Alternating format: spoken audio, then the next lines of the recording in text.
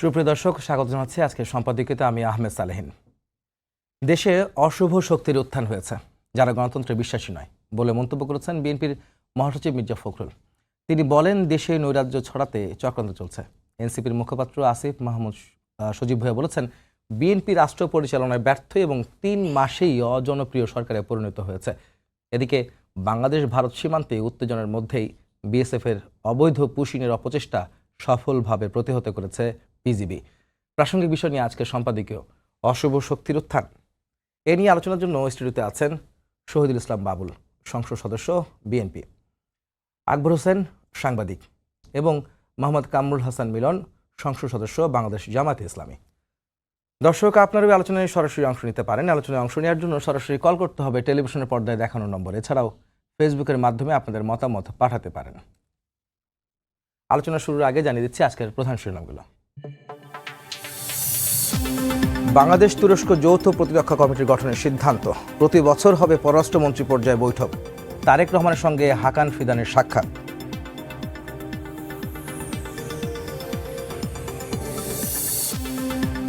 দেশের চাঁদাবাজ মাদক ব্যবসায়ীদের কোনো জায়গা হবে না। বিএনপির সংসদীয় সভায় সিদ্ধান্ত, স্কুল ফিডিংয়ে অনিয়মের বিরুদ্ধে ব্যবস্থার নির্দেশ প্রধানমন্ত্রীর।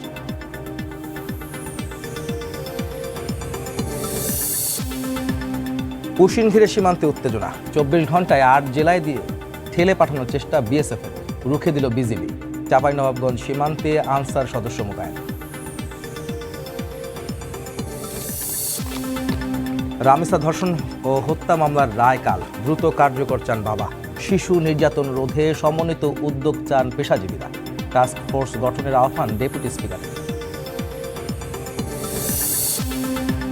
এবং 8 দিনে 6 শিশুর মৃত্যুতে হাসপাতাল বন্ধে কারণ দর্শানোর নোটিশ আইনসম্মত নয়, দাবি আইনজীবী। কালকের মধ্যে জবাব না পেলে ব্যবস্থার হুঁশিয়ারি মন্ত্রীর।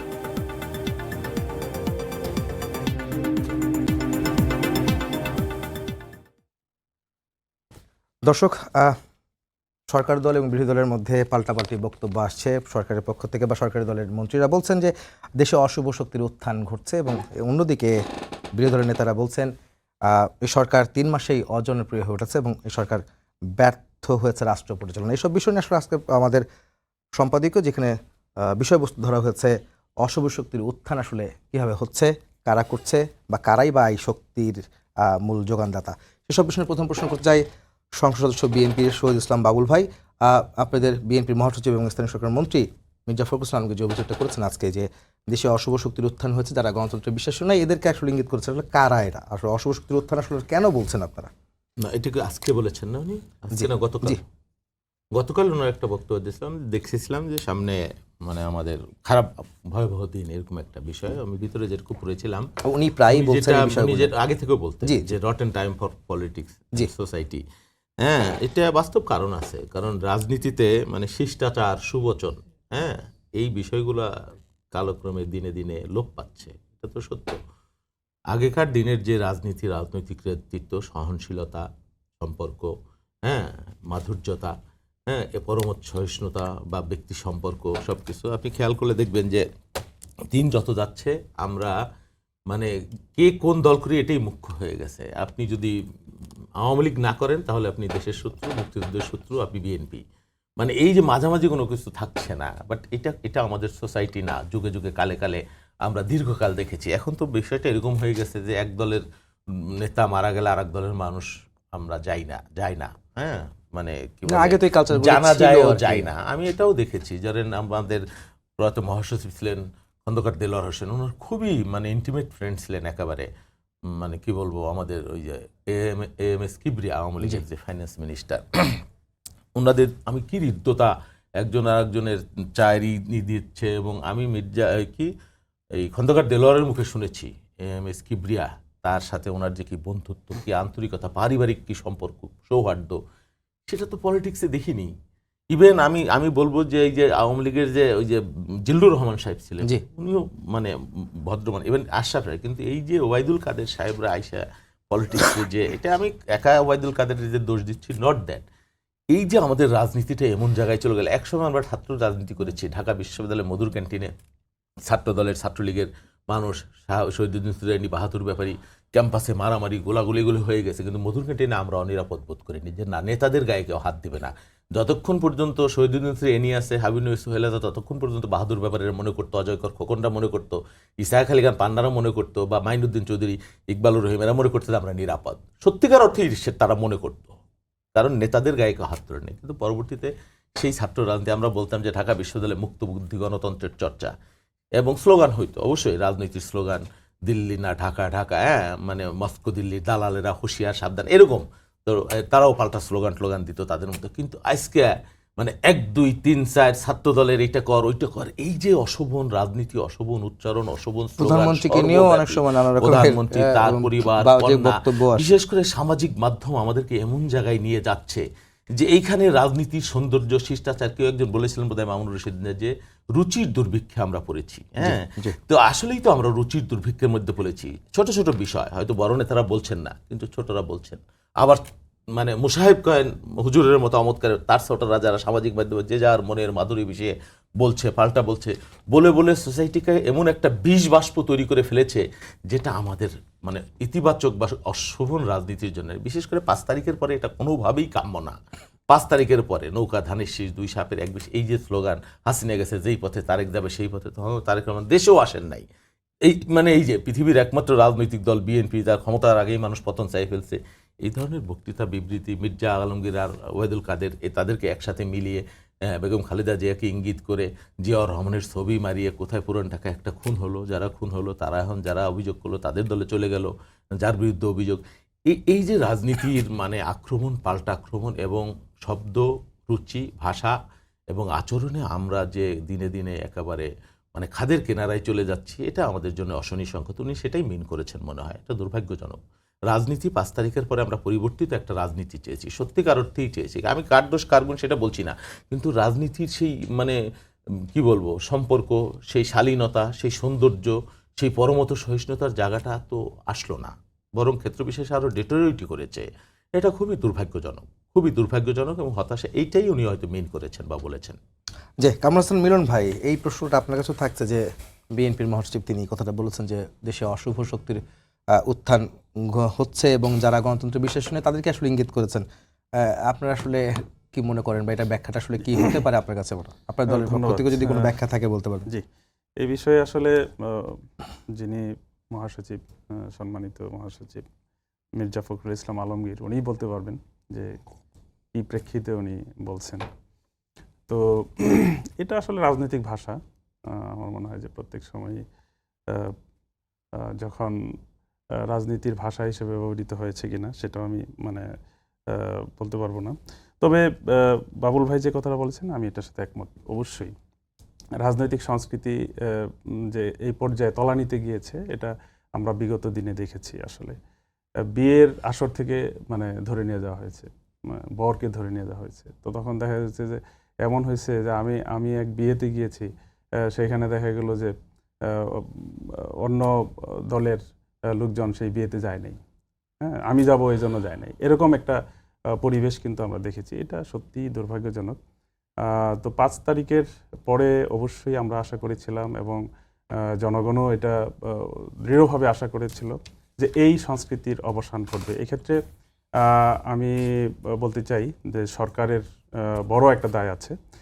সরকারকে আমব্রেলার মতো ভূমিকা রাখতে হবে এক্ষেত্রে, সকল দিক থেকে আরও উদার এবং সব দিক থেকে সবাইকে অ্যাকোমোডেট করে যদি এই সরকার জাতিকে ঐক্যবদ্ধ করে, জাতীয় স্বার্থে আমরা সবাই এক, এই ক্ষেত্রে এই বিষয়টা কিন্তু আসলে আমাদেরকে মনে রাখতে হবে।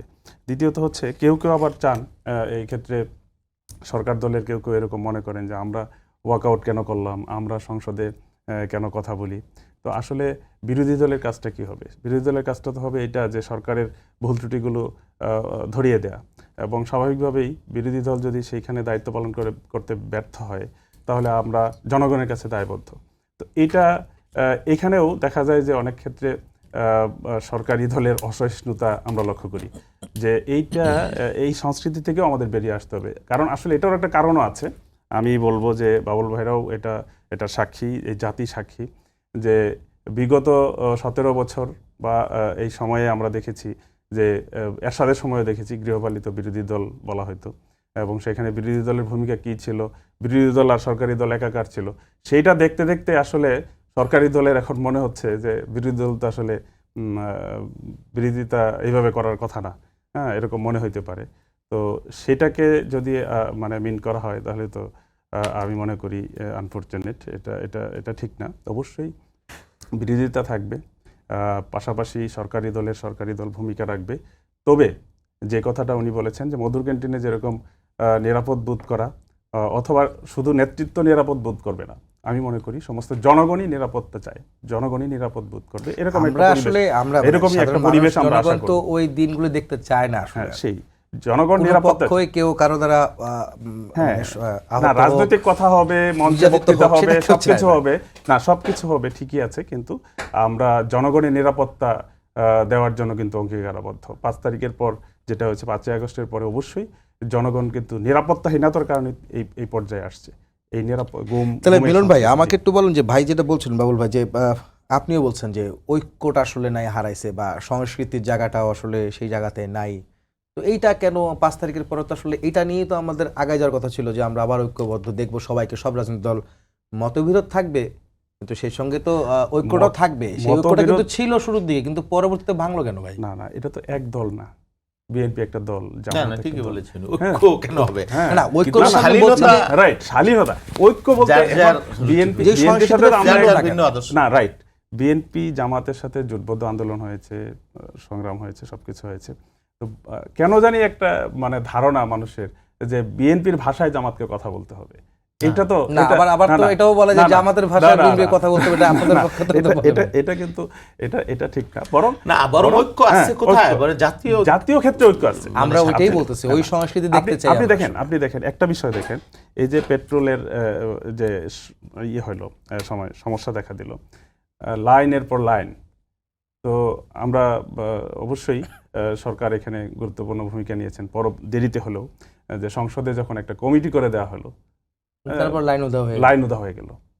এর মানে কি, জাতি আশ্বস্ত হয়েছে যে না, সরকার কোনো কিছু মানে, তখন একটা অনাস্থা, আস্থাহীনতা, লুকোচুরি, এরকম একটা দেখা যায়। এই জন্য এটা মিন করে যে আসলে যদি সরকার এবং বিরোধী দল জাতীয় ক্ষেত্রে জাতীয় ঐক্যের প্রশ্নে এক হয়, একভাবে বিবৃতি দেয়, তখন কিন্তু দেখা যাবে যে সেটা অবশ্যই জনগণ আস্থায় নিবে। আমার মনে হয় তো এই যে ঐক্যের ডাক দেওয়া বা যে এই কমিটি গঠন করার কথা, এগুলো তো সব মানে সরকারের পক্ষ থেকে সংসদে দাঁড়িয়ে বলা হয়েছিল, সরকার তো আমার মনে হয় ইতিবাচক, অবশ্যই এখন পর্যন্ত দেখা যাচ্ছে কিনা, অবশ্যই ইতিবাচক, এই ক্ষেত্রে ইতিবাচক ছিল এবং সেটার রেজাল্টও দেখেছে। কিন্তু এটা আমরা চাই যে সব জায়গায় জাতীয় যেমন এখন মানে পুশিন করার চেষ্টা হচ্ছে, এইসব ক্ষেত্রে আমাদের আসলে জাতীয় ঐক্য দরকার। কালকে অধিবেশন বসবে, সেখানে বাজেট অধিবেশন, যদিও তারপরেও এইসব বিষয় নিয়ে আলোচনা হতেই পারে আপনাদের মধ্যে। আকবর ভাই, আমাদের সিনিয়র সাংবাদিক, বড় ভাই, তো আপনার কাছে প্রশ্ন থাকবে যে বিএনপি মহাসচিব স্থানীয় সরকার মন্ত্রী মির্জা ফখরুল বলেছেন যে দেশে অশুভ শক্তির উত্থান হচ্ছে, যারা গণতন্ত্রে বিশ্বাস নেই তাদেরকে ইঙ্গিত করে বলেছেন, এবং একই সঙ্গে বিরোধী দলের পক্ষ থেকে বলা হচ্ছে যে এই বর্তমান সরকার রাষ্ট্র পরিচালনায় ব্যর্থ হয়েছে, 3 মাসেই অজনপ্রিয় হয়েছে। এইটা আপনি সাংবাদিক হিসাবে আপনি কিভাবে মূল্যায়ন করেন? আপনার কাছে কি এটার ব্যাখ্যা আছে আসলে? হ্যাঁ, প্রথমে ওই যে মহাসচিবের কথা ধরেই আসি, যেটা শহীদুল ইসলাম বাবুল ভাই, এবং ওনার কথা শুনে মনে হচ্ছে যে মির্জা ফখরুল সাহেব কাকে ইঙ্গিত করেছেন সেটা বুঝতে অসুবিধা হচ্ছে না। এখন আমার আবার একটা নিজস্ব একটা ওয়ে অফ ইন্টারপ্রিটেশন আছে। এখন উনি যে বলছেন যে উত্থান হয়েছে, এটা কি উনি জামায়াতকে মিন করেছেন? কারণ আমরা কিন্তু সম্প্রতি দেখতে পাচ্ছি যে আওয়ামী লীগও কিন্তু মাথাচাড়া দিয়ে উঠছে। আপনারা দেখতে পাচ্ছেন না যে বিভিন্ন মিডিয়াতে বড় বড় মিছিল করছে, বিভিন্ন জায়গায় করছে, তারা সামাজিক যোগাযোগ মাধ্যমে বেশ সক্রিয়। এখন উনি আসলে কাকে বলেছেন? এটা কি আওয়ামী লীগকে নাকি জামায়াতে ইসলামীকে? তবে দেশের যে রাজনৈতিক বাস্তবতা, তাতে আমার বুঝতে খুব একটা অসুবিধা হচ্ছে না। আমার ধারণা আমি ভুল নই যে উনি এখানে জামায়াতে ইসলামের প্রতি ইঙ্গিত করেছেন, এবং এই ইঙ্গিত করার হয়তো কিছু লজিক্যাল রিজনও আছে। সেই রিজনটা কেমন, যে আমরা লক্ষ্য করেছি যে হ্যাঁ, জামায়াতে ইসলামের অনেক ভোট বেড়েছে, জামায়াতে ইসলামী আগের চাইতে পপুলার দল। জামায়াতে ইসলামী একসময় যেখানে 8-10% ভোট পেত, এই নির্বাচনে তারা অ্যারাউন্ড 38+% ভোট পেয়েছে। কিন্তু একই সঙ্গে মানে একটা বড় দল যখন বড় হতে থাকবে, সেটার বিহেভিয়ারটা কেমন হবে বা কেমন হওয়া উচিত, ওইটা হয়তো তাদের মাঠ পর্যায়ের কর্মীরা বা যারা সোশ্যাল মিডিয়াতে অ্যাক্টিভিজম করে তারা হয়তো ঠিক বুঝে উঠতে পারছেন না। এবং আমরা দেখতে পাচ্ছি যে ঠিক ওইটাকে কেন্দ্র করেই কিন্তু মূলত সামাজিক যোগাযোগ মাধ্যম এবং পরবর্তীতে সেটা বিভিন্ন জায়গায় সংঘাতও গড়িয়েছে, যদিও এখন সেটা নাই, কিন্তু বিভিন্ন ক্যাম্পাসে এগুলো হয়েছে। এটা হচ্ছে একটা দিক, আমি রাজনৈতিক দিকের কথা বললাম। আর এমনিতেই যেটা হচ্ছে যে আপনি যেটা বললেন যে রাজনৈতিক ঐক্য থাকা, সেটা হয়তো মেজর পলিটিক্যাল ইস্যুগুলোতে হয়তো সরকার এবং বিরোধী দলের মধ্যে থাকবে, আমরা এক্সপেক্ট করি। কিন্তু আমরা এটা এক্সপেক্ট করি যে ধরেন রাজনীতির ক্ষেত্রে, সেটা বিএনপির ক্ষেত্রেও, সেটা জামায়াতের ক্ষেত্রেও, সব যে একেবারে বিএনপি জামায়াতের কর্মীরা করছে ব্যাপারটা তা না। আমরা তো সোশ্যাল মিডিয়া ফলো করে দেখছি বিএনপির কর্মীরাও অনেক ক্ষেত্রে এই ধরনের, মানে যেটা আমরা বলবো যে সমস্ত হয়তো শব্দগুলো পার্লামেন্টে এক্সপান্স হয়ে যেত আর কি, ওই ধরনের শব্দ তারা ব্যবহার করছেন। তবে আবার এটাও ঠিক যে শুধু আপনি ফেসবুক দেখে বা সামাজিক যোগাযোগ মাধ্যম দেখে কোনো একটা কনক্লুশনে পৌঁছানো যাবে না, একেবারেই পৌঁছানো যাবে না। এখন একজন XYZ সে তার ছবিতে যদি জিয়াউর রহমানের একটা ছবি আপলোড দিয়ে সেখানে সে জামায়াতকে গালাগালি করে, তাহলে ধরে নেওয়া যাবে না যে বিএনপি জামায়াতকে গালি দিচ্ছে। বা একই অবস্থা যদি জামায়াতের কোনো, মানে এরকম ক্ষেত্রে হয় যে তাদের কোনো নেতার ছবি আপলোড দিয়ে কি একজন বিএনপিকে গালি দিচ্ছে, সেটাও ধরে নেওয়া যাবে না যে এটাতে জামায়াত। বুদ্ধি সম্পন্ন বিবেকবিহীন মানুষ এটা যেমন চিন্তা করতে আমি পারে না। আপনাকে একটা উদাহরণ দিলে হয়তো বুঝতে পারবেন যে এই সংস্কৃতিটা কোন জায়গায় গিয়ে ঠেকেছে। আপনারা সম্প্রতি দেখেছেন যে একজন প্রেজেন্টার দীপ্তি চৌধুরী, তিনি বিয়ে করেছেন, তাই না, গতকাল।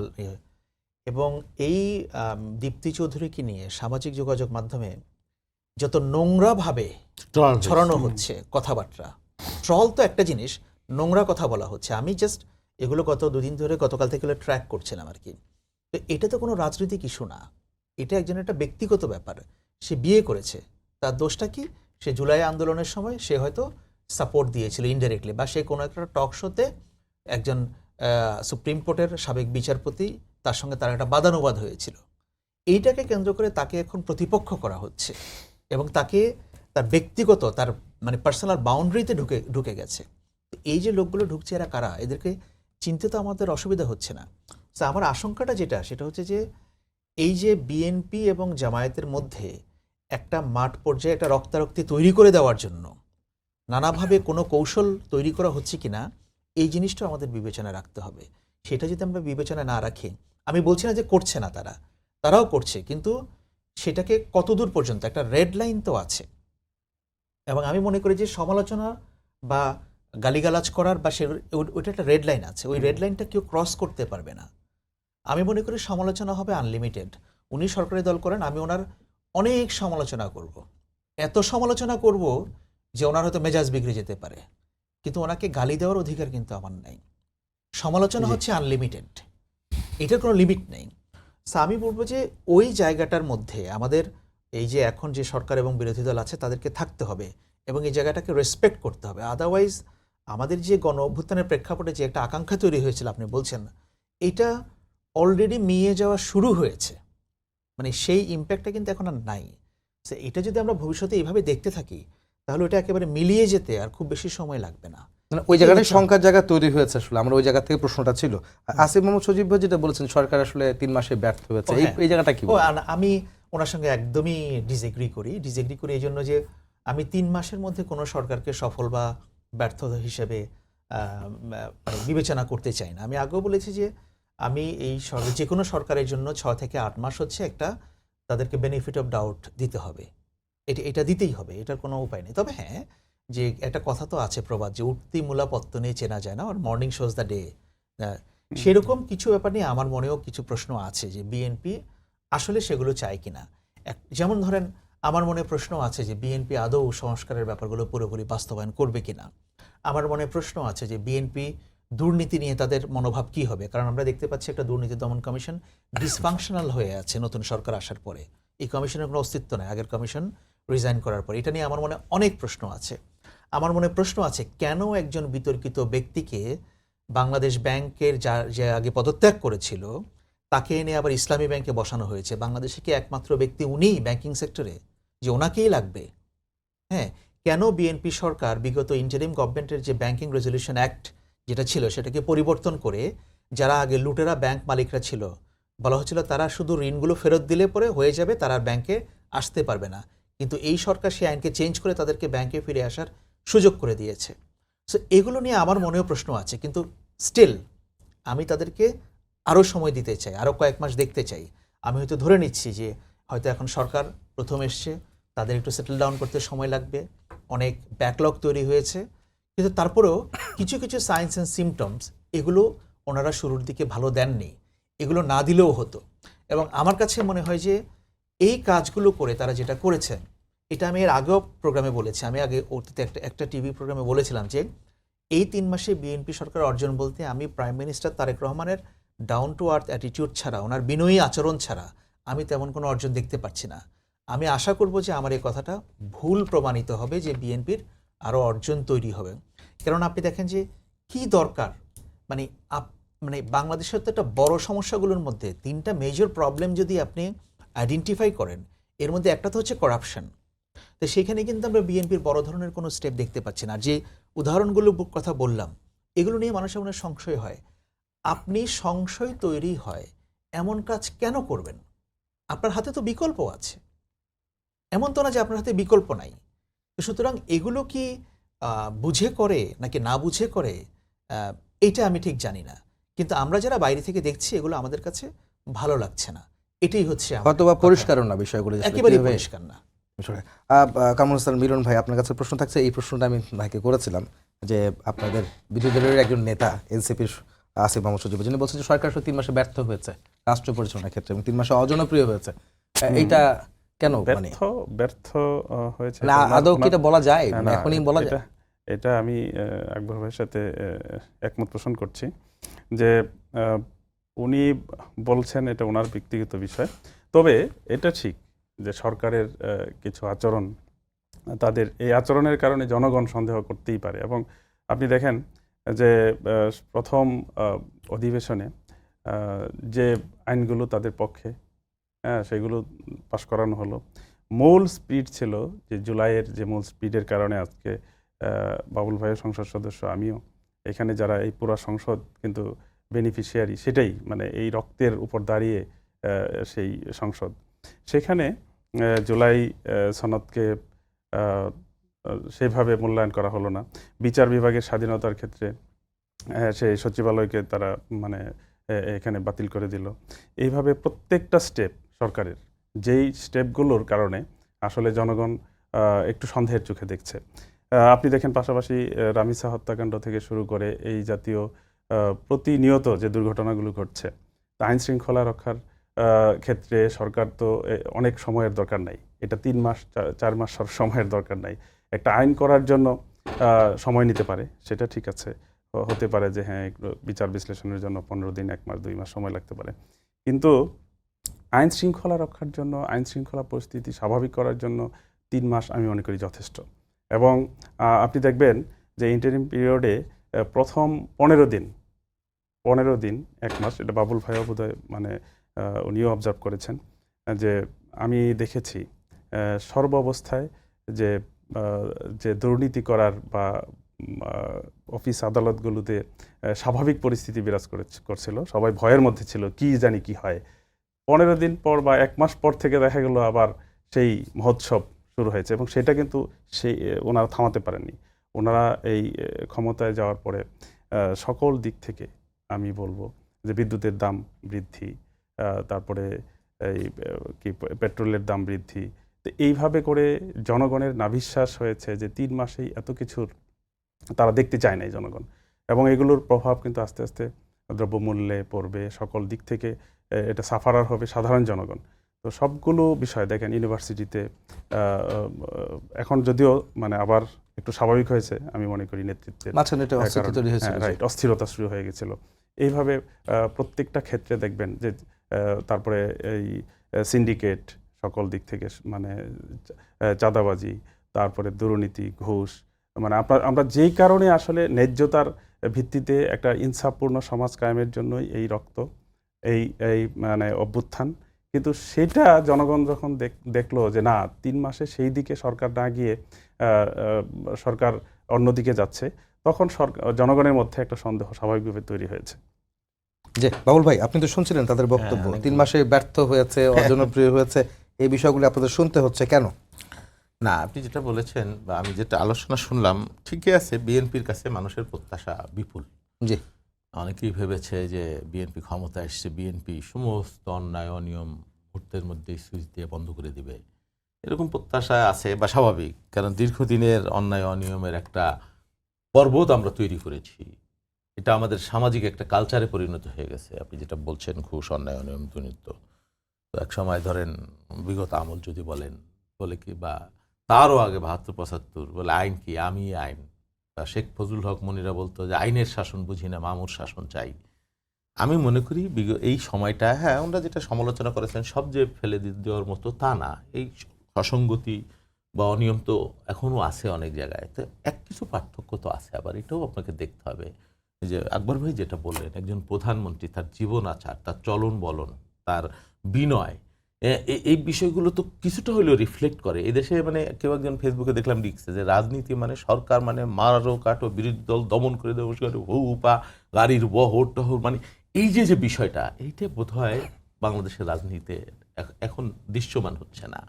প্রধানমন্ত্রী নিজে জ্যামে আটকে থাকছেন সর্বক্ষেত্রে, তার জীবন আচার, বিনয়, বক্তব্য, বিবৃতি। আমাদের দেশে রাজনীতি মানেই টেলিভিশন খুললেই খিস্তি খেয়ে উঠছিল, রাষ্ট্রপ্রধান, সরকার প্রধান থেকে শুরু করে জিয়াউর রহমান, খালেদা জিয়া, বিএনপি, জামাত, চরিত্র হনন, হ্যাঁ প্রথমেই ৩-৪ মিনিট গালাগালি করে। সেই রাজনীতি তো বাংলাদেশে এখন রাষ্ট্রের শীর্ষ পর্যায় থেকে নাই, নিচের দিকে আছে। কেউ কুলাঙ্গার বলছে, তাকে প্রমোশন দিচ্ছেন, পোস্টিং দিচ্ছেন, পদ দিচ্ছেন। কেউ কথায় কথায় মাফিয়া বলে দিচ্ছে, হ্যাঁ ভালো মানুষ বলেন নাই, খারাপ মানুষ নাই, তাকে আপনি প্রমোট করছেন। হ্যাঁ, বা তারও নিচে যারা এই যে সামাজিক মাধ্যমে খিস্তি খেয়ে চরিত্র হনন, নোংরামি, বিদ্বেষ তৈরি করতেছে, তার বিরুদ্ধে আইন একটু ব্যবস্থা নিতে গেলেই সেটাকে আপনারা মানে গেল চাঁদ গেল বলে সব শেষ হয়ে গেল, মানবাধিকার লঙ্ঘন হলে এগুলো বলছেন। এই যে বিগত ৩ মাসে আমার মনে হয় না কেউ বলতে পারবে না একটা গুমের ঘটনা ঘটেছে, মানবতা বিরোধী অপরাধ। বাংলাদেশে এটা কোনো অপরাধই ছিল না, হয়েছে কিনা আমি জানি না। বা বিরোধী কোনো মতকে গুলি করে খুন করা, এক্সট্রা জুডিশিয়াল কিলিং হয়েছে কিনা আমি জানি না। এই যে আপনি যেটা বলছিলেন সীমান্তে বাংলাদেশের এমন কোনো স্ট্যান্ড বিগত ১৭ বছর আপনি দেখেছেন? বিজেপি তো সরকারের আপনি এই যে দৌলতদিয়া ঘাটে নৌ পুলিশ সমস্ত যাত্রীকে নামতে বাধ্য করলো, না হলে কিন্তু দুর্ঘটনা করতে পারতো। এটাও তো একটা ছোট্ট ভালো কাজ হলেও সরকারের ভালো কাজ। তো সেই ক্ষেত্রে অবশ্যই আমাদের তো ব্যর্থতা। আমরা তো বাংলাদেশ রাষ্ট্রকে এখনো দুধার মধু দিয়ে গোসল করাতে পারি নাই, এটা ওদের সুদূর পড়া হতো, এটা সময়ের ব্যাপার। আবার সরকারের কিছু ভালো কাজও তো আছে, এই বিষয়গুলো তো আপনাকে অ্যাড্রেস করতে হবে। যে ইচ্ছা প্রধানমন্ত্রীকে গালি দিতে পারতেছে টপ টু বটম, এবং গালি দিলে বিএনপি যদি তার নামে একটা মানে কেউ একটা মামলা করে, সেটাও আবার সে মামলা প্রত্যাহার করতে বাধ্য হইতেছে। এই বিষয়গুলো মির্জা আব্বাসের মতো লোক, তারপর আপনি বলতেছেন বাক স্বাধীনতা নাই, যা ইচ্ছা বলতেছেন। এই যে কি আপনি আসিফ মাহমুদের কথা বললেন, যার নিজের নামে সর্বাঙ্গে ব্যথা ওষুধ দেবো কোথায়, গ্রামে বলে যে সুজ কয় জাজুর রে। আরে ভাই, আপনি বিগত ১.৫ বছর তো বিএনপি ছিল না বা আওয়ামী লীগও ছিল না, রাজনৈতিক সরকার ছিল না। তাদের আমলে কি বাংলাদেশ মানে স্বর্গীয় শোভাতাস বইছে? এটা কেউ বলতে পারবে? সেই জন্য এইটা একটা মিথ। আপনি যেভাবে দেখেন, যেমন রামিসার ঘটনা, আমার ভাই বলল বাংলাদেশের ইতিহাসে ৭ কার্য দিবসে ইনশাল্লাহ আগামীকাল রামিসার ঘটনার রায় হবে। এটা একটা নজিরবিহীন ঘটনা। সব ধর্ষণকারীকে এরকম বিচার করতে পারলে ভালো হইতো, কিন্তু বাংলাদেশের সামাজিক, রাজনৈতিক বা আদালতের যে বাস্তবতা, কিন্তু এটা একটা সিমটম তো, বা সরকারের আন্তরিকতা, একটা মেসেজ, একটা সিম্বল যে না রেপ পরিণতি, জিরো টলারেন্স, এটা তো একটা ভালো কাজ। অবশ্যই আপনি সরকারের সমালোচনা করবেন, এটা একটা ভালো কাজ যদি থাকে, ওইটাও যদি আপনি একটু প্রশংসা করেন তাহলে সরকারের কাজ। এজন্য ধন্যবাদ।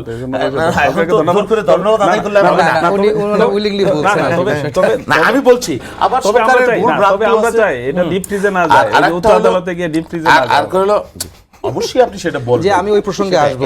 এই যে এতটুকু অর্জন হইলো, এটাও তো একটা মানে এটা একটা বাংলাদেশের ইতিহাসে হয়েছে কিনা আমি জানি না। সেই জন্য সরকারের ব্যত্যয় আছে, ভুল আছে, সমালোচনাও আপনি করবেন, আবার ভালো যদি কিছু থাকে সেটাও আপনি বলবেন। আর আসিফ মাহমুদের বক্তব্যটাকে আমি পলিটিক্যাল রিটরিক বা বক্তব্য বলেই মনে করছি, অন্য কোনো কিছু মনে করবার মানে সুযোগ নেই। বাবুল ভাই, এখানে একটা যুক্ত আগর ভাই একটা কথা বলছেন যে সেটা হচ্ছে যে প্রধানমন্ত্রী যে আচার আচরণ বা যাতায়াত, পোশাক আশাক, বেশভূষায় যে কাজগুলি করছেন, তাছাড়াও তিনি অনেক কিছু প্রত্যাশা করেন, অনেক কিছু আশা করেন। প্রশ্নটা করে আকবর ভাইয়ের সাথে। হ্যাঁ, মানে আমি একটা জিনিস অ্যাড করবো, তাহলে ওনার বলতে সুবিধা হবে। এর সঙ্গে প্রশ্নটা হচ্ছে যে মানে মূলত এত কিছুর পরেও যেমন তিনি পরিষ্কার হতে চান যে আরো কিছু তিনি দেখতে চান সফলতা, যেহেতু প্রত্যাশা বেশি, সেখানে হঠাৎ করে বিদ্যুতের দামও কিন্তু বৃদ্ধি হয়েছে, আপনার তেলের দামও কিন্তু আবার দ্বিতীয় দফায় কিন্তু আবার বৃদ্ধি হচ্ছে, কমেছিল আবার বেড়েছে। আমি বলি এই বিষয়গুলো আসলে মানুষ, বাংলাদেশের মানুষের হাতে আছে, সরকারের হাতে আছে। Is it possible? আপনি ভারতে তেলের দাম কত, নেপালে তেলের দাম কত, শ্রীলঙ্কায় তেলের দাম কত, পাকিস্তানে তেলের দাম কত? আপনি বাংলাদেশের মতো একটা সরকার একটা বিধ্বস্ত অর্থনীতি নিয়ে ক্ষমতায় আসছে, সেই জায়গায় আপনি তেলে কত ভর্তুকি আপনি দিতে পারবেন? এই যে 2 মাস তেলের দাম, 1.5 মাস সরকার কত কোটি হাজার কোটি টাকা দিল, আওয়ামী লীগ তো এই কথা বলে কিন্তু আওয়ামী লীগ কিন্তু তারা তেলের দাম বিদ্যুৎ দাম বাড়িয়েছিল, তখন কিন্তু আপনারাও আন্দোলন করেছিলেন। না, তেলের দাম তো তখন উপসাগরে যুদ্ধ হয় নাই আওয়ামী লীগের আমলে। আপনি বাস্তবতাটাকে আপনাকে বুঝতে হবে যে তেলের দাম, বিএনপি ক্ষমতা গঠনের 6 দিন 7 দিনের মাথায় মিডল ইস্টে গালফে একটা যুদ্ধ শুরু হয়ে গেছে, ভয়াবহ যুদ্ধ, যার ইফেক্ট উন্নত রাষ্ট্রগুলো সামাল দিতে পারে। সেখান থেকে মনে হয় তেলের বিষয়টা এবং এখনো সাউথ এশিয়ায় তেলের দাম বাংলাদেশের সবচাইতে কম। আপনাকে অনেকগুলো বিষয়, পাচারের বিষয় আছে, অনেকগুলো বিষয় আছে। আপনি তেলের দাম যতটুকু বাড়ানো হয়েছে এটা খুবই কম বাড়ানো আমি মনে করছি। আপনিও এটা অ্যানালাইসিস করে দেখবেন যে বাংলাদেশে এখন তেলের দাম কোন পর্যায়ে আছে। হ্যাঁ, আরো ভর্তুকি দিয়ে করতে পারলে ভালো হতো, সেটা মানুষের জন্য। আপনার সাথে এই কথাতে আসবো। আকবর ভাই যিনি একটা অ্যাড করতে চাচ্ছিলেন সেটা একটু অ্যাড করবেন। তার আগে আমি একটু বলতে চাই যে 3 দিনের মাথায়, 3 থেকে 4 দিনের মাথায় আপনি তেলের দাম বাড়ালেন, অকটেন, পেট্রোল, ডিজেলে, এদিকে আবার গ্যাসের, এলপিজির দাম কিছুটা 55 টাকা কমিয়ে আবার একদিনের মাথায় আপনি আবার বিদ্যুৎ দাম বাড়িয়েছেন, আবার বিদ্যুৎ দাম আবার আপনি এখান থেকে নিম্নের মানুষের জন্য আবার কমিয়েছেন। এই বিষয়গুলি তো আসলে একটু না, এটা তো পজিটিভ একটা ব্যাপার আছে। বিষয় হলো কে কনজিউম, কে কতটুকু ধারণ করতে পারে। নিম্নমায়ের মানুষকে, একটা সবচেয়ে বেশি মানুষ, তাদেরকে একটু সাশ্রয় দেওয়ার জন্য তাদের জন্য কমানো হয়েছে। এটা একটা পজিটিভলি আপনার দেখবার প্রয়োজন আছে। জি আকবর ভাই, আপনি যেটা বলছেন ভাই, আমি ওই যে ওনার কথা সূত্র ধরে বলি যে উনি বিচার বিভাগের স্বাধীনতার কথাটা আনলেন, যে সেটা সরকার বাস্তবায়ন করলো না, যে সচিবালয়ের ব্যাপারটা, এটা নিয়ে আমার একটু কথা আছে। কথাটা এরকম যে আমি বিচার বিভাগের স্বাধীনতা বলতে ঠিক কি বুঝাই, এই কনসেপ্টটা আমার কাছে এখনো পরিষ্কার না। এবং আমি মনে করি যে এই ব্যাপারটা নিয়ে সরকারের একটু স্লো যাওয়া উচিত, একটু ধীরে যাওয়া উচিত। কেন ধীরে যাওয়া উচিত?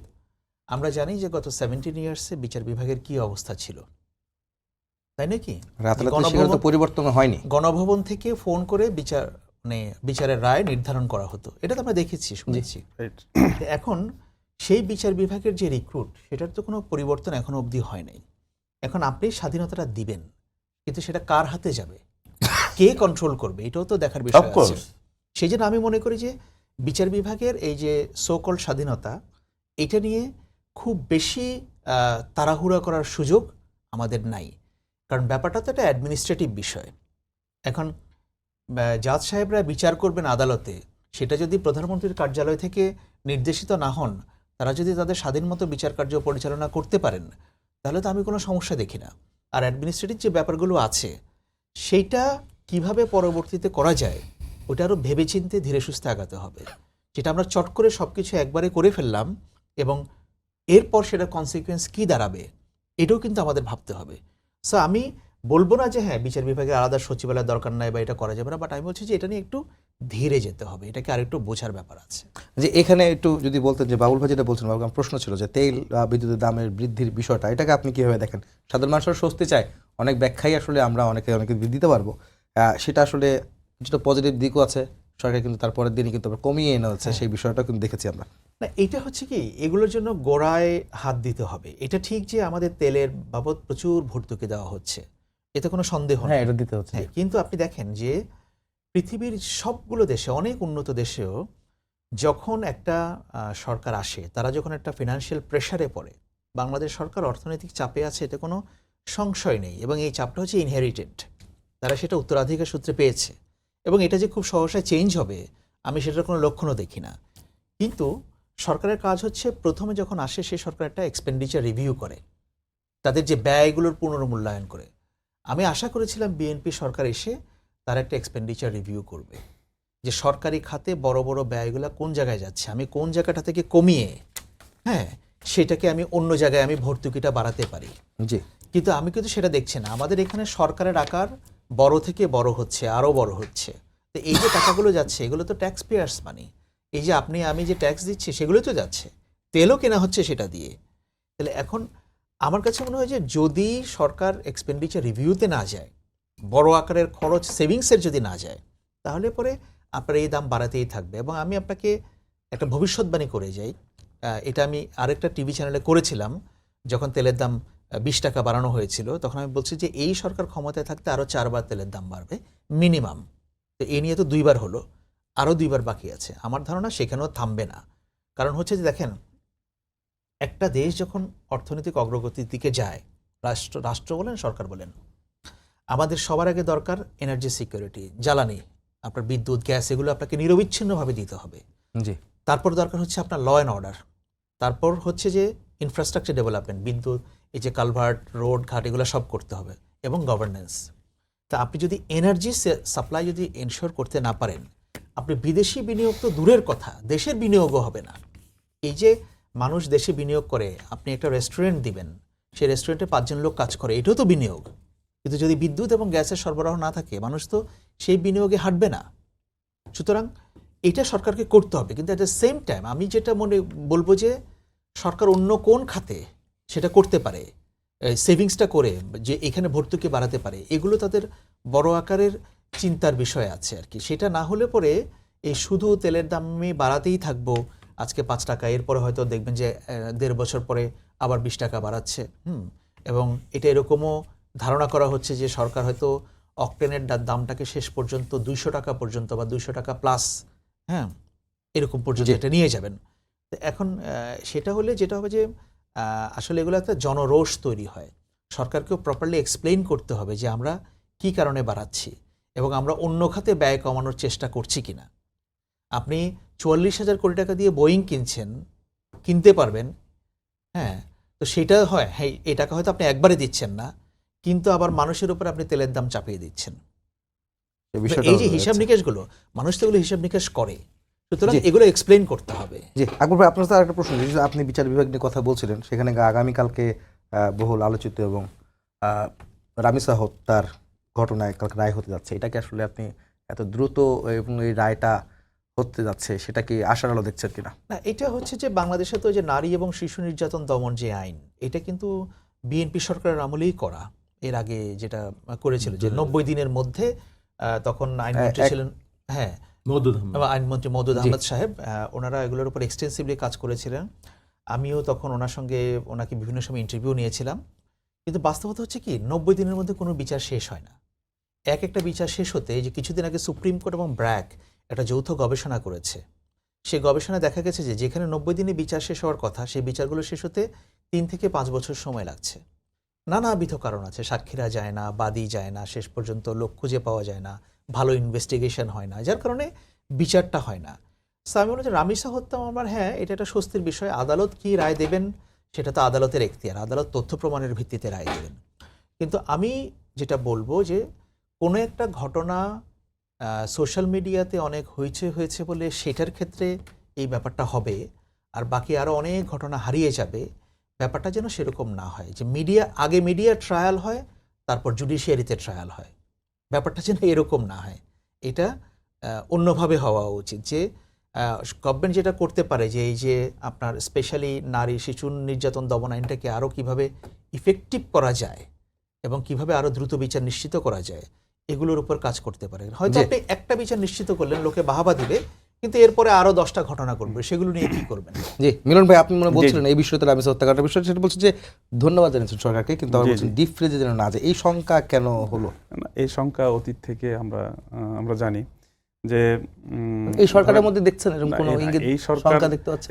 যেমন আকবর ভাই যেটা বললেন যে বিচার বিভাগের স্বাধীনতা নিয়ে, আমি সেটার সাথে যদিও মানে এটা যদি ওনাদের চিন্তা থাকে অবশ্যই ভালো, কিন্তু আবার এরকমটি যাতে না হয়ে যায় যে আগের সরকার যেরকম ওই বঙ্গভবন থেকে বা গণভবন থেকে রায় পাঠায় দিত, সেটাও তো আবার হতে পারে যদি সরকারের একচ্ছত্র অধীনেই বিচারকরা থাকেন।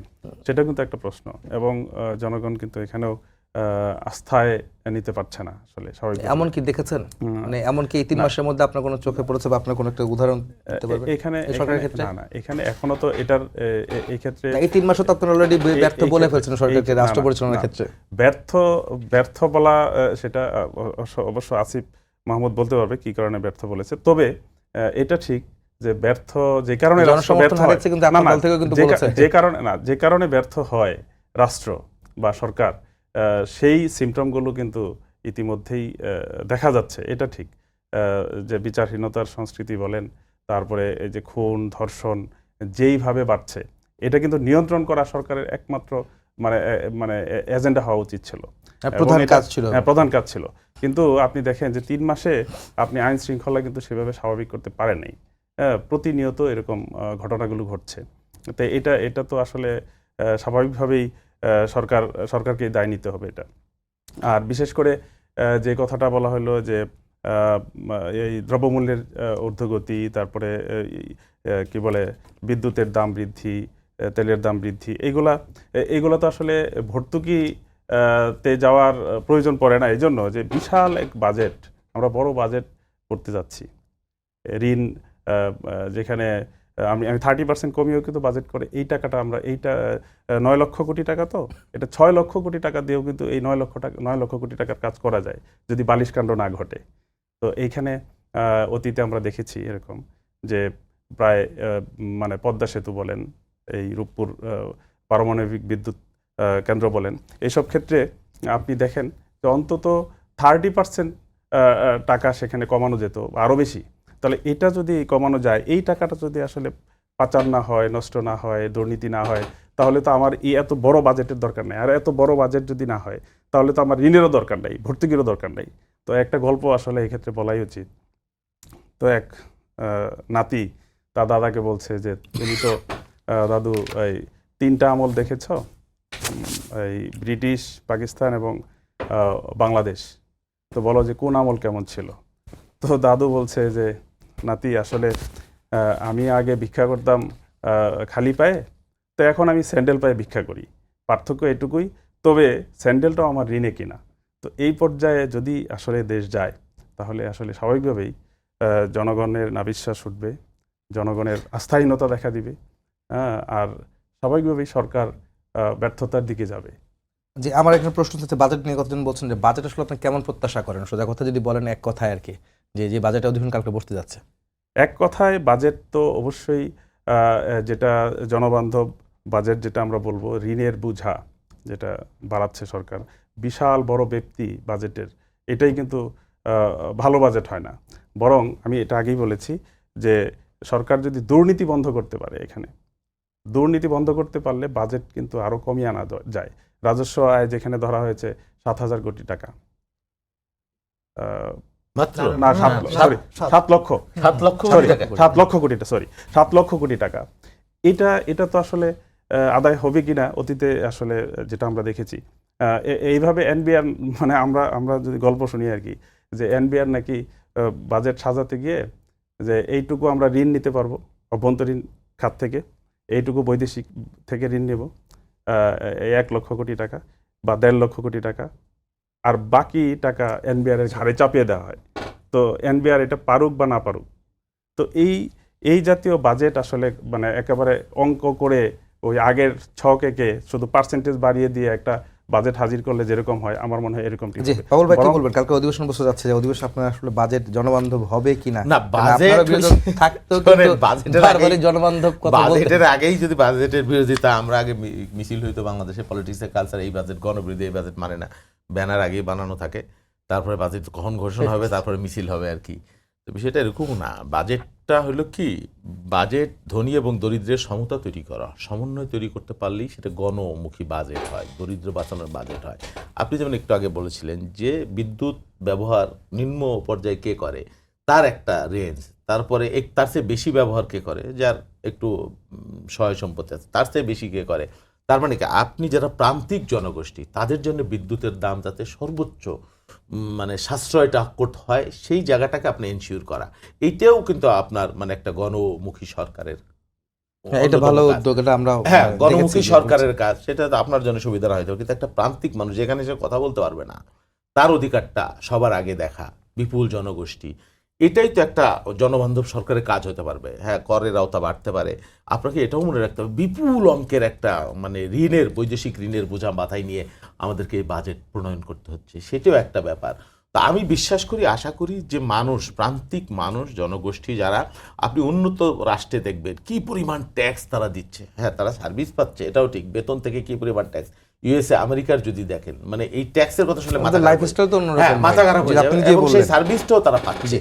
তো আমার এখানে যদি আপনি ধনী দরিদ্র বৈষম্য কমাতে চান, আপনার এই জায়গাটাকে আপনাকে অ্যাড্রেস করতেই হবে, এবং সেটাই বাজেটের একটা মূল, হ্যাঁ অনেকেই যারা উচ্চতলার মানুষ আমাদের মতো যারা এখানে থাকবে, যারা নীতি নির্ধারণ করবে, হয়তো তাদের অনেকের গায়ে লাগতে পারে। আমি মনে করি এবারের বাজেট এটাই একটা সবচেয়ে গুরুত্বপূর্ণ, এবং এবারের বাজেটে শিক্ষা এবং স্বাস্থ্যকে সর্বোচ্চ অগ্রাধিকার দেওয়া হবে, সর্বোচ্চ অগ্রাধিকার দেওয়া হবে। যে বাজেট নিয়ে যদি আপনি কিছু বলেন আকবর ভাই, ছোট করে একটু বলবেন, আমি অন্য একটা প্রসঙ্গে যাব। না, বাজেট নিয়ে ধরুন আমাদের মতো সাধারণ মানুষের তো চিন্তা একটাই, আপনি দেখবেন যে আমরা সাংবাদিকতা যেটা করি আমাদের সবচেয়ে বেশি আগ্রহ থাকে যে কোন জিনিসের দাম বাড়লো এবং কোনটার দাম কমলো, তাই না? মিডিয়া জি, কিন্তু জি, এটাকেই জি। বেশি ফোকাস করে। ওই রাজস্ব আয় কত, রাজস্ব ব্যয় কত, এগুলো কিন্তু মানুষ দেখে না। এটা মানুষ বুঝতেও দেখে না যে নাকি? আমার জন্য কি আছে, তাই না? এবং সবচেয়ে বেশি মানুষ পড়ে এবং দেখে ওই নিউজটাই। কোনটা So, কমে হ্যাঁ, বাড়লো? এখন আমরা যত ব্যাখ্যাই দিই না কেন, দিন শেষে মানুষ দেখবে যে ভাই আমার কয়টা জিনিসের দাম কমলো এবং কয়টা জিনিসের দাম বাড়লো, হ্যাঁ, আমার ঘাড়ে কি এসে পড়লো। তো মানুষ ওইটা দিয়ে বিবেচনা করবে, এটাই আমার মনে হয়। যে এই বাজেট শেষ হচ্ছে, আমি অন্য বিষয়ে বলছি, সেটা হচ্ছে পুশিনের বিষয়টা। বিশেষ করে একটা বিস্ফোরণের মতো ধারণ করছে সীমান্ত এলাকাগুলোতে। আমাদের বেশ 70টি সীমান্তে ঝুঁকিপূর্ণ হিসাবে বিজিবি তারা নির্ধারণ করেছে, এবং আজকেও বেশ কয়েকটি জায়গায় পুশিন ঠেকেছে, বিজিবি প্রতিদিনই ঠেকাচ্ছে। এইটাকে আসলে মোকাবেলার জন্য আকবর ভাই সরকারের কি করা উচিত, এবং পররাষ্ট্র নীতি আসলে আমাদের কি হওয়া উচিত এখন? সীমান্তে যা কিছু করার দরকার আমার ধারণা সরকার সেটা করছে। মানে আমরা যা কিছু এখনো পর্যন্ত মিডিয়া রিপোর্টসে যেটা দেখছি যে দিকে দিকে তো পুশিনের চেষ্টা হচ্ছে, এবং বিজেপি তার সর্বোচ্চ চেষ্টা করছে, এবং তারা তাদের একদম মানে রাত নাই দিন নাই তারা যেভাবে ডিউটি জি। করে, এবং তাদের সর্বোচ্চটুকু দিয়ে তারা উজাড় করে দিয়ে পুশিনটাকে তারা ঠেকাচ্ছে। এবং এটা নতুন যদি করে যুক্ত government- হয়েছে আনসার, বিডিপি হ্যাঁ, এবং কিছুক্ষণ আগে এটা যদি যুক্ত হয়েছে। গভর্নমেন্টের নির্দেশনা না থাকতো এটা তো তারা করতো না, ডেফিনেটলি। কিন্তু এখন আর কি করা যেতে পারে সেটা হচ্ছে কথা। এটা কিন্তু এক্সপেক্টেড ছিল যে এই ঘটনা ঘটবে, পশ্চিমবঙ্গে নির্বাচনের পর এই ঘটনা ঘটবে, এটা আমরা জানতাম বা এটা আমরা অনুমান করেছিলাম। তো সেটাই হচ্ছে। সেক্ষেত্রে সরকার এখন- কোনো প্রস্তুতি নিচ্ছে কিনা বা এখন নিয়েছে কিনা? সরকারের প্রস্তুতি মানে ভেতরের দিকে কি আছে সেটা জানি না। বর্তমান সরকার তো যেহেতু ভারতের সঙ্গে একটা ওয়ার্কিং রিলেশনশিপ তারা তৈরি করতে চায়, ভারতও চায়। সো সরকারের এটা স্ট্রংলি ভারতকে বলাটা উচিত হবে ডিপ্লোম্যাটিক চ্যানেলে যে লোক, এই ঘটনাগুলো যদি সীমান্তে ঘটতে থাকে তাহলে সম্পর্ক বা পরিস্থিতি কোন দিকে যাবে, বা আমরা যে গুডউইল নিয়ে এগিয়ে আসতে চেয়েছিলাম সেটা আমরা করতে পারবো কিনা, এটা আমাদের ভেবে দেখতে হবে। বা এই ধরনের ঘটনা ঘটলে সম্পর্কের ক্ষেত্রে অন্তরায় তৈরি হতে পারে। যদি জেনুইনলি কোনো বাংলাদেশি সেখানে থেকে থাকে জি। তাহলে সেটাকে সর্ট আউট করুক, সেটাকে অ্যাড্রেস করুক। কিন্তু এইভাবে তো লোক আপনি সীমান্তে এনে ঠেলে দিতে পারেন না। যে মিলন ভাই, এই বিষয়ে আপনি কি বলবেন? সরকারের এই পদক্ষেপগুলোকে আপনার, না, অবশ্যই। বিজিবির পদক্ষেপগুলো আপনি কি সন্তুষ্ট না, কিনা আপনারা? অবশ্যই এটাকে আমরা এবং সাধুবাদ আপনি কিন্তু জানাই। বলছিলেন যে একটা ঐক্যর বিষয়, মানে ন্যাশনাল ইস্যুতে ঐক্য হওয়া যেমন যেতে পারে। ইতিপূর্বে এরকম ঘটনা ঘটেছিল, কিন্তু ফজলুর রহমান সাহেব তখন 30 সেকেন্ড টাইম ছিলেন। পাবেন আপনি। ফজলুর রহমান সাহেব তখন বিজিবি না বিডিআর এর প্রধান ছিলেন জি, তখন। BDR হ্যাঁ, রৌমারী বাদোয়া। সীমান্তে এরকম হয়েছিল। তো এটা সরকারের সদিচ্ছা ছাড়া তো আসলে সম্ভব না, অবশ্যই। এবং বিজিবি যে ভূমিকা রাখছে, আমি মনে করি সরকার এই ক্ষেত্রে আরো দৃঢ় হবেন, এবং পররাষ্ট্রনীতির ক্ষেত্রে ভারতের যে চোখে চোখ রেখে কথা বলা, এটা যাতে মানে বলে, বিগত তাহলে সরকার তো জনগণ আমরা কিন্তু পক্ষে দেখিনি। এই থাকবে। সরকারের ক্ষেত্রে হ্যাঁ, আপনাকে তাদেরকে জনগণ সাধুবাদ তখন- জানাতে পারেন। জনগণ অবশ্যই জি, তখন সাধুবাদ বাবুল জানাবে। ভাই আপনি 20 সেকেন্ড। Thank you. যাই হোক, আমাদের কারণে অকারণে সব ভারতের দালাল হয়েছি আমরা, এটা হয়েছে ওইটা হয়েছে, এই অপবাদ আমাদেরকে দেওয়া হয় আর কি, রাজনৈতিক বক্তব্য যেটা। কিন্তু এটা কোশ্চিন কালেও তো মানুষ দেখেছে যে বিএনপি কি পরিমাণ ক্ষতিগ্রস্ত হয়েছে তাদের এই নেতিবাচক কূটনীতি জি। দ্বারা, আশুজাতা সিং রাহুল ভাই। সে ব্যাপার। তারপরে উনি যেটা বললেন যে ওই যে জেনারেল ALM ফজলুর রহমানের ওই সময় পদুয়া রৌমারীতে যে যুদ্ধ, এটা বিএনপির আমলেই হয়েছিল, হ্যাঁ, বেগম খালেদা জিয়ার শাসনবেলা। বাট আমরা যুদ্ধ চাই না, আমরা শেষ করে দিই। আমরা ঘটনা আওয়ামী লীগের সময় ঘটেছিল। ঘটনা হ্যাঁ, তখন শেখ হাসিনা ক্ষমতায় ছিল 2001 সালের আগে। জি, হ্যাঁ, বাবুল ভাই শেষ। না, আমি শেষ করি। তো আমরা আমাদের পররাষ্ট্রনীতি এবং ভারত যে ভূমিকা পালন করছে, অবশ্যই কূটনৈতিকভাবে এই বিষয়গুলো নিয়ে কথা বলতে হবে, কথা বলে সমাধান করতে হবে। সবাই সবার শান্তি সহমর্মিতা প্রয়োজন আছে, খালি রাজনৈতিক বিরোধিতা বক্তব্য না। আর যে মানবতা বিরোধী ঘটনা ঘটেছে সীমান্তে, 24 ঘন্টা না 32 ঘন্টা কিছু মানুষকে যেভাবে পানির মধ্যে এসে, এটাও কোনো কাম্য না। আমরা চাই যে কূটনৈতিকভাবে আমরা সম্পর্ক প্রতিবেশী বদলাইতে পারি না, সমতার ভিত্তিতে, বন্ধুতার ভিত্তিতে, ন্যায্যতার ভিত্তিতে সম্পর্ক তৈরি জি, হবে, বাবুল এবং ভাই সেটা আপনাকে কূটনৈতিক ধন্যবাদ, আলোচনার মধ্যে আকবর দিয়ে ভাই হবে। আপনাকে ধন্যবাদ, মিলন ভাই আপনাকে ধন্যবাদ।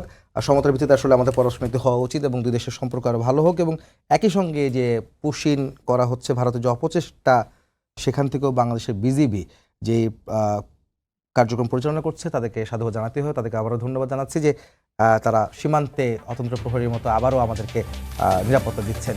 এই ছিল আজকের সম্পাদকীয়। আগামীকাল আবার দেখা হচ্ছে একই সময়। শুভরাত্রি।